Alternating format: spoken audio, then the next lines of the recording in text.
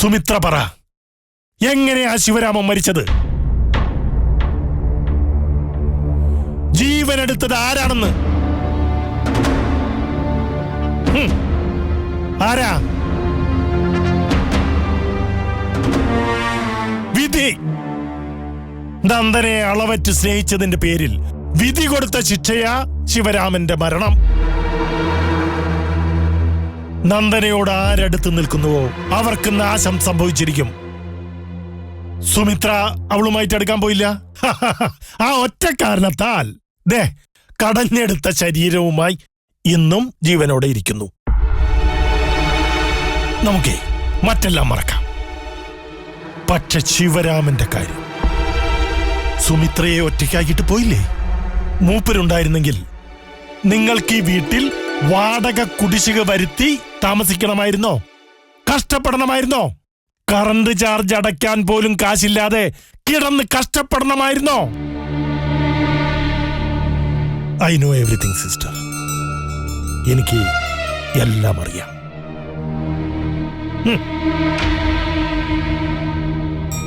എങ്ങനെയെല്ലാം കൂട്ടിയും കുറച്ചും നോക്കിയാലും നിങ്ങളുടെ ഈ പത്തറ്റിക് കണ്ടീഷന് കാരണം നന്ദനെ. നമുക്ക് വിധിയെന്ന് വേണമെങ്കിൽ പറയാം. എങ്കിൽ ആ വിധിക്ക് ഞാൻ നന്ദന എന്ന് പേരിടും. ആ ദുർവിധിയെ നമ്മൾ രക്ഷിക്കണോ അതോ ശിക്ഷിക്കണോ? ആലോചിക്കേ സിസ്റ്റർ, നന്നായിട്ടൊന്ന് ആലോചിക്കേ. പ്രിയപുത്രിയായ നന്ദനയുടെ ജീവിതം തകർന്നാൽ ശിവരാമന്റെ ആത്മാവ് പൊറുക്കില്ലാന്ന് സുമിത്ര പറഞ്ഞത് ഞാൻ മറന്നിട്ടില്ല. സുമിത്ര ഈ നിത്യ ദുരിതത്തിൽ കിടക്കുന്നത് അത് കാണുന്നത് ശിവരാമന്റെ ആത്മാവ് പൊറുക്കുമെന്ന് തോന്നുന്നുണ്ടോ?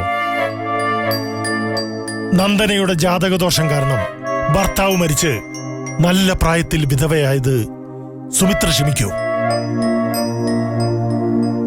നന്ദന തെണ്ടി കുത്തുപാള എടുക്കുമോ എന്നാണ് സുമിത്രയുടെ ആശങ്കയെങ്കിൽ അത് അസ്ഥാനത്താണ്. ഉദയനുമായി സമദൂര സിദ്ധാന്തത്തിലാണെങ്കിലും അവള് അമ്മായി അമ്മയെ മുറുകെ പിടിച്ചിരിക്കുക. അടുത്തേര മിക്കവാറും അവരായിരിക്കും.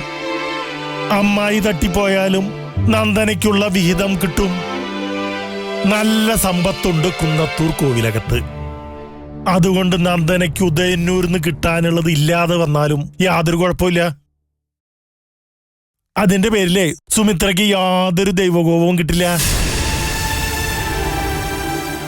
ഞാനേ കൺക്ലൂഡ് ചെയ്യാം. ഇലയ്ക്ക് മുറിവ് പറ്റിയാലും മുള്ളിന് രക്ഷപ്പെടാനുള്ളൊരു വഴി. നിലവിലുള്ള നന്ദന ഡ്യൂപ്ലിക്കേറ്റ് ആണെന്ന് സ്ഥാപിക്കാൻ വേണ്ടി മറ്റൊരു നന്ദന വരുന്നു. അവളുടെ എല്ലാ ചരിത്രങ്ങളും അറിയാവുന്ന ഒരു പെണ്ണ്. അവൾ മുഖാന്തരം സേതുലക്ഷ്മിയുടെയും ഭാഗീരഥി അമ്മയുടെയും വിൽപത്രം നമ്മളും നടത്തിപ്പിച്ചെടുക്കുന്നു. ഭാരിച്ചൊരു തുക കയ്യിൽ വന്നു ചേർന്ന് സുമിത്രയുടെ ഭാവി ഭാസുരമാകുന്നു. നമ്മൾ ചൂണ്ടിക്കാണിക്കുന്നതാണ് ശരിക്കുള്ള നന്ദന എന്ന് സഹോദരി ഒരു സത്യപ്രസ്താവന നടത്തിയാൽ മാത്രം മതി.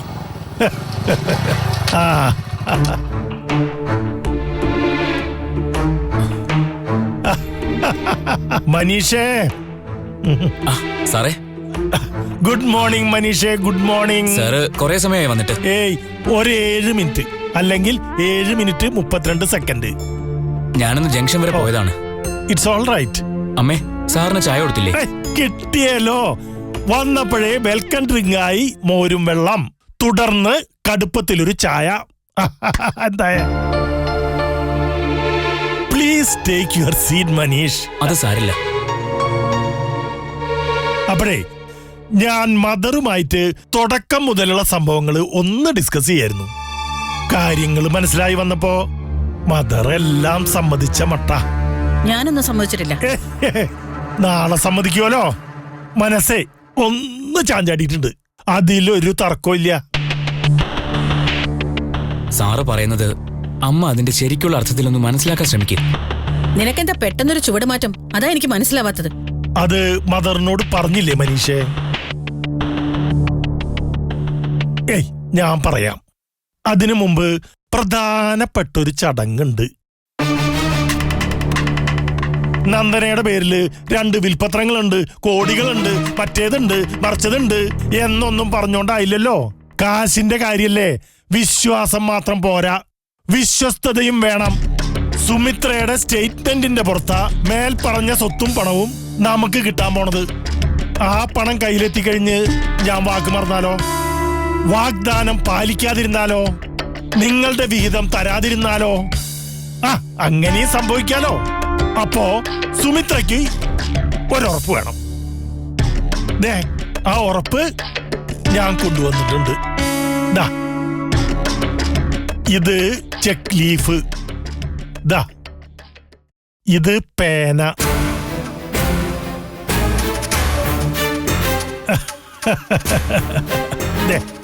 ബ്ലാങ്ക് ചെക്ക. ഞാനിതിലെ ഒരു തുക എഴുതാൻ പോവുക. 5 0 0 0 0 0 5 ലക്ഷം, 5 lakhs. ഇനി സിഗ്നേച്ചർ പ്രതാപവർമ്മ, ഒപ്പിട്ടു. ആരുടെ പേരിൽ വേണം ചെക്കെന്ന് പറഞ്ഞ അതും കൂടി എഴുതാം. മദറിന്റെ പേരിൽ വേണോ അതോ മനീഷിന്റെ പേരിൽ വേണോ ചെക്ക്? 5 ലക്ഷം. എന്താടേ കാണുന്നത്? അത് ഞാൻ പറഞ്ഞില്ലല്ലോ. കഴിഞ്ഞ ദിവസം ഞാൻ ഇവിടെ വന്നിട്ട് പോയില്ലേ, വഴിയിൽ വെച്ച് മനീഷിനെ കണ്ടു. ഞാൻ സംഭവങ്ങളെല്ലാം ഓപ്പൺ ആയിട്ട് അങ്ങോട്ട് ഇവനോട് പറഞ്ഞു. ബ്രദർ എന്ന നിലയ്ക്ക് നന്ദനയുടെ പ്രവൃത്തിയിൽ അമർഷമുണ്ട് മനീഷിന്. ഒടുവിൽ ഈ ചെറുപ്പക്കാരൻ എന്റെ വാദങ്ങളോട് യോജിച്ചു. അനുകൂലമായൊരു നിലപാട് അമ്മയെ കൊണ്ട് എടുപ്പിക്കാമെന്ന് വാക്കും തന്നു. ആൺകുട്ടികളായാലേ ഇങ്ങനെ വേണം, പോസിറ്റീവായി ചിന്തിക്കണം. 5 ലക്ഷം രൂപയായിട്ട് ഞാൻ ഇങ്ങ് വരാമെന്ന് ഞാൻ ഈ കുട്ടിക്ക് വാക്കും കൊടുത്തു. ആ വാക്കാണ് സിസ്റ്ററേ ഈ ചെക്ക്. ബാങ്കിൽ ചെന്നാ ഇത് മാറിക്കിട്ടോ? പിന്നെ അപ്പ തന്നെ നമുക്ക് കാശും കൊണ്ടുപോരാം. ബാഗ് എടുക്കാൻ മറക്കരുതിട്ടാ. ആരുടെ പേരിൽ വേണം ചെക്കെന്ന് പറഞ്ഞില്ല. നമുക്ക് മനീഷിന്റെ പേരിൽ എഴുതിയാലോ? നമ്മള് പുതിയ തലമുറയെ മാനിക്കണ്ടേ? അത് വേണ്ട. എന്നാ പിന്നെ സുമിത്രയുടെ പേരിലായിക്കോട്ടെ. എനിക്കും അതാണ് താല്പര്യം. അപ്പോഴ് ഫുൾ നെയിം എങ്ങനെയാ? ഇങ്ങനെ തന്നാ മതി, ഞാൻ എഴുതിക്കോളാം. ഓ വൈ നോട്ട്. ഐശ്വര്യായിട്ട് പേരങ്ങട് എഴുതിയാട്ടെ. പേന പിടിച്ചോളൂ.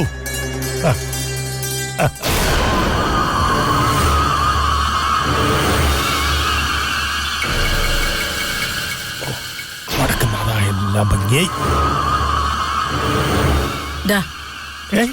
വെച്ചോളൂ.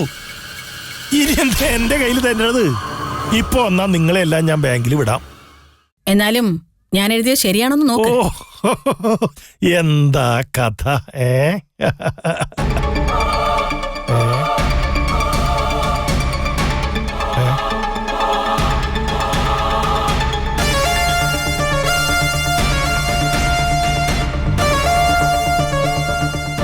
എന്താ ശരിയല്ലേ? എന്തു പറ്റി സാറേ? സ്പെല്ലിംഗ് തെറ്റിയോ? നോക്കടാ, നോക്ക്. പ്രതാപവർമ്മ.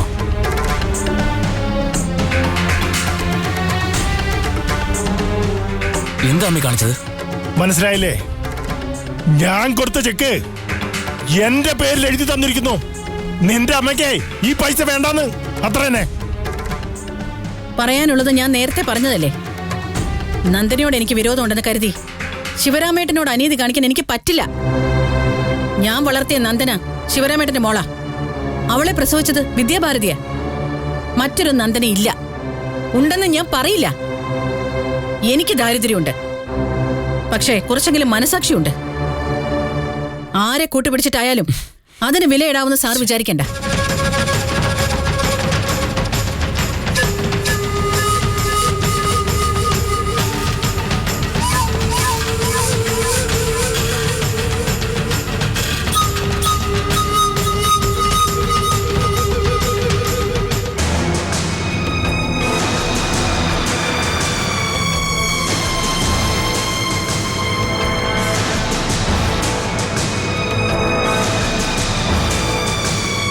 സാറേ. പോട ചെക്ക.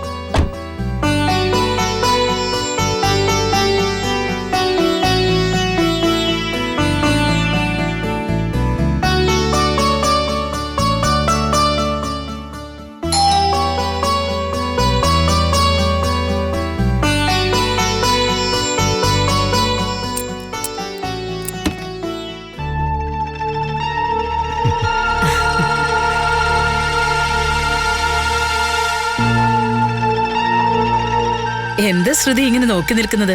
ആദ്യം കാണുന്ന പോലെ. നമ്മളിപ്പോ വരുമെന്ന് പ്രതീക്ഷിച്ച് കാണില്ല അല്ലേ മോളെ? അകത്തേക്ക് വാ.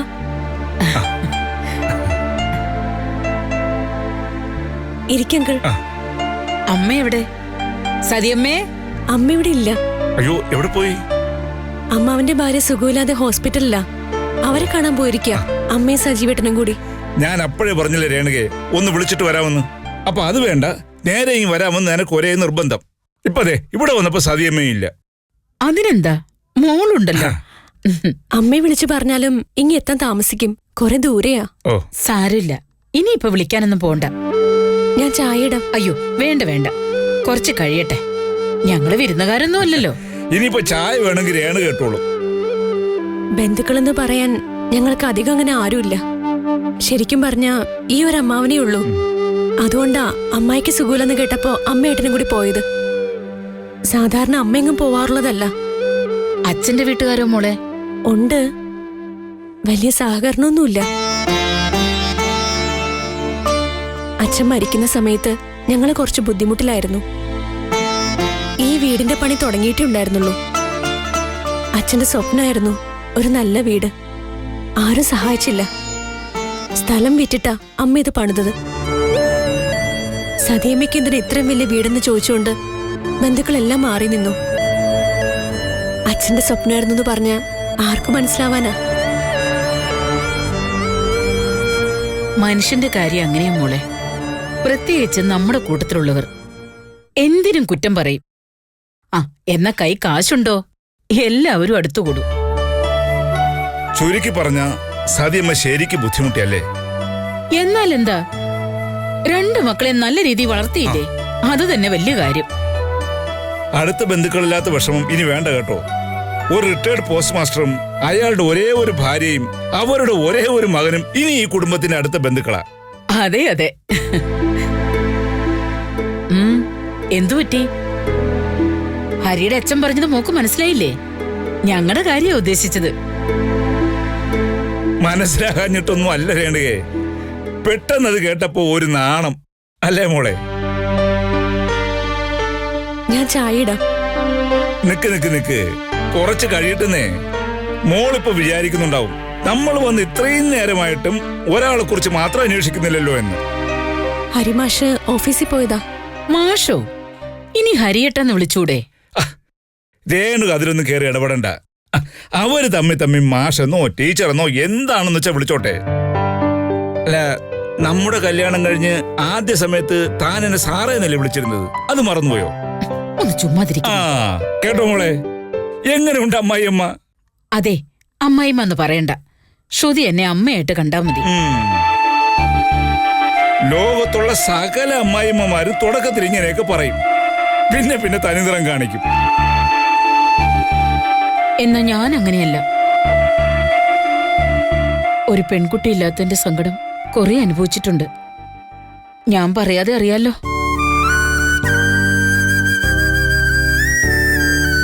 മോക്ക് കേക്കണോ? ഹരിപ്രസാദിന്റെ അനീതിയായി ഒരു കുഞ്ഞുണ്ടായതാ. പ്രസവത്തോടെ ഈശ്വരൻ അതിനെ തിരിച്ചു വിളിച്ചു. എനിക്ക് ഇപ്പോഴും അതോർത്ത കണ്ണു നിറയും. എന്താ രേണുക ഇത്? താൻ മോളെ കൂടി വിഷമിപ്പിക്കുകയാണോ? അതിനാണോ നമ്മൾ ഇങ്ങോട്ട് വന്നത്? എന്നാ വന്ന കാര്യം പറഞ്ഞാട്ടെ. ആ, അതാണ് പറയാൻ പോകുന്നത്. ഞങ്ങളൊരു ജോത്സ്യരെ കണ്ടു മോളെ. നേരത്തെ കാണേണ്ടതായിരുന്നു. നിങ്ങളെന്ന ആളുകൾ തമ്മിൽ എന്തെങ്കിലും ചേർച്ച കുറവുണ്ടെങ്കിൽ ബാക്കി ആലോചിച്ചിട്ട് കാര്യമില്ലല്ലോ. ഇടയ്ക്ക് വെച്ച് ആലോചന നിർത്തേണ്ടിയും വരും. ഓ, ജോത്സ്യരെ കണ്ട കാര്യം പറ. ആ, ഹരിപ്രസാദിനെ ശ്രുതിയുടെയും ജാതകങ്ങൾ വിശദമായിട്ട് നോക്കി, ഗ്രഹനിലകൾ ഒത്തുനോക്കി. ജോത്സ്യം പറഞ്ഞത് എന്താണെന്ന് വെച്ചാ, ഹരിപ്രസാദിനെ ശ്രുതിയുടെയും ജാതകങ്ങൾ വിശദമായിട്ട് നോക്കി, ഗ്രഹനിലകൾ ഒത്തുനോക്കി. ജോത്സ്യം പറഞ്ഞത് എന്താണെന്ന് വെച്ചാ, ഒരു കുഴപ്പമില്ല, പൊരുത്തമുണ്ട്. ജന്മനക്ഷത്രങ്ങളും ദശാസന്ധികളും ഗണം പൊരുത്തം പിന്നെ എന്തൊക്കെയോ നോക്കി. എല്ലാം ഓക്കെയാ.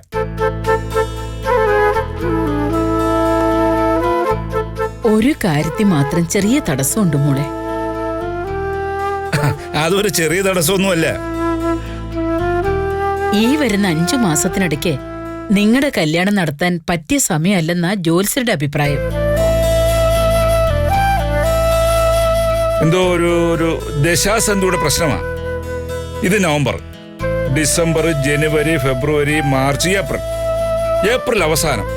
അതായത് മേടമാസത്തിൽ വിവാഹ മുഹൂർത്തം നോക്കിയാൽ മതി. അത്രേ. അതൊന്ന് സതിയമ്മയെ അറിയിക്കാന്ന് കരുതിയാ ഞങ്ങള് വന്നത്. അല്ല, ശ്രുതിക്ക് വിഷമമായി എന്ന് തോന്നുന്നു. വിഷമിക്കണ്ട. ഒരു പരിഹാരം ഞങ്ങൾ അങ്ങോട്ട് ചോദിച്ചു. ജോത്സ്യര് സമ്മതിക്കുകയും ചെയ്തു. ജ്യോതിഷത്തിൽ അങ്ങനെ ചില നീക്കുപോക്കുകളൊക്കെ ഉണ്ടേ. എന്ത് പരിഹാരം ഉണ്ടെന്നാ പറഞ്ഞത്? കല്യാണത്തിന് 5 മാസം കഴിഞ്ഞോട്ടെ, പക്ഷെ നിശ്ചയം നടത്താമല്ലോ. അതായത് കല്യാണം ഉറപ്പിക്കല്, മോതിരം ഇടുന്ന ചടങ്ങ്. വിവാഹം പോലെ പ്രധാനമായിരുന്നു പണ്ട് വിവാഹ നിശ്ചയവും. കല്യാണത്തിന് മിന്നു കെട്ടുന്നു, നിശ്ചയത്തിന് മോതിരം അണിയിക്കുന്നു. ആ മോതിരം എന്നും പെൺകുട്ടിയുടെ കൈ കാണണം.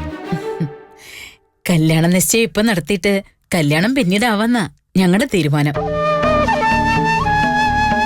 അപ്പോഴേ ശ്രുതി എന്തു പറയും? മോളുടെ അഭിപ്രായം എന്താ? പഴയ പോലെയല്ല.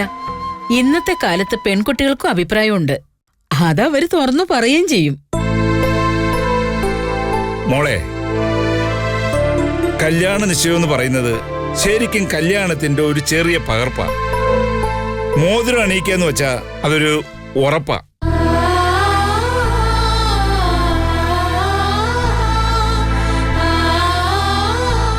എന്താ മോളെ? തീരുമാനം അത് ഞാനല്ല, മാഷ് തീരുമാനിക്കട്ടെ. മാഷിന്റെ തീരുമാനാ എന്റെയും തീരുമാനം.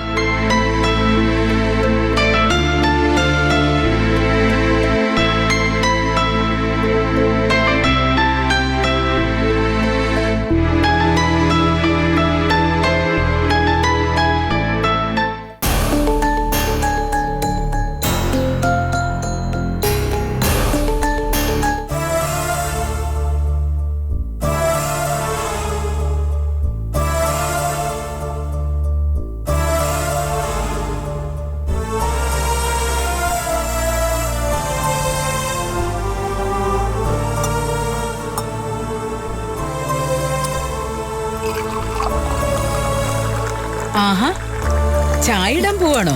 ഇങ്ങോട്ട് മാറി നിന്നേ, ഞാൻ ഉണ്ടാക്കാൻ ചായ. സാരില്ല, ഞാൻ ചായ ഇട്ടോളാം. എനിക്കറിയാമേ. അറിയാൻ വയ്യാന്ന് ഞാൻ പറഞ്ഞോ? ആ തേയിലയും പഞ്ചസാരയും എടുത്തതാ.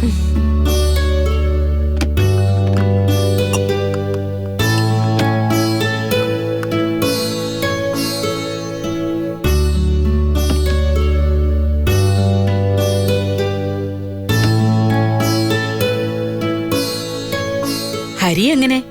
ഇന്നത് വേണം വേണ്ടെന്നുള്ള നിർബന്ധ ബുദ്ധി വല്ലതും ഉണ്ടോ? അതൊക്കെ അമ്മയ്ക്കേ അറിയൂ. ആ, അതൊക്കെ വെറുതെ. ശ്രുതിക്കും അറിയാം, എന്നോട് പറയാത്തതാ. ഞാനൊരു കാര്യം ചോദിച്ചാ മനസ്സിലുള്ളത് മോള് തുറന്നു പറയൂ.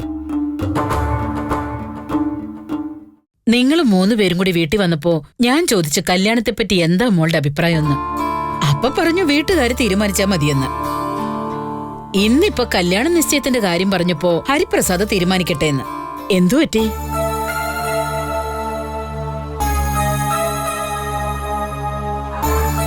ഉടനെ കല്യാണം നടത്തുന്നതിൽ ശ്രുതിക്ക് താല്പര്യമില്ലേ? അങ്ങനെയൊന്നുമില്ല. എന്തെങ്കിലും ഉണ്ടെങ്കിൽ തുറന്നു പറയണം കേട്ടോ. സതിയമ്മയെ കാണുന്നത് പോലെ ശ്രുതി എന്നെയും കാണണം. ഇപ്പോഴത്തെ മാത്രം കാര്യമല്ല, എന്നും അങ്ങനെയായിരിക്കണം.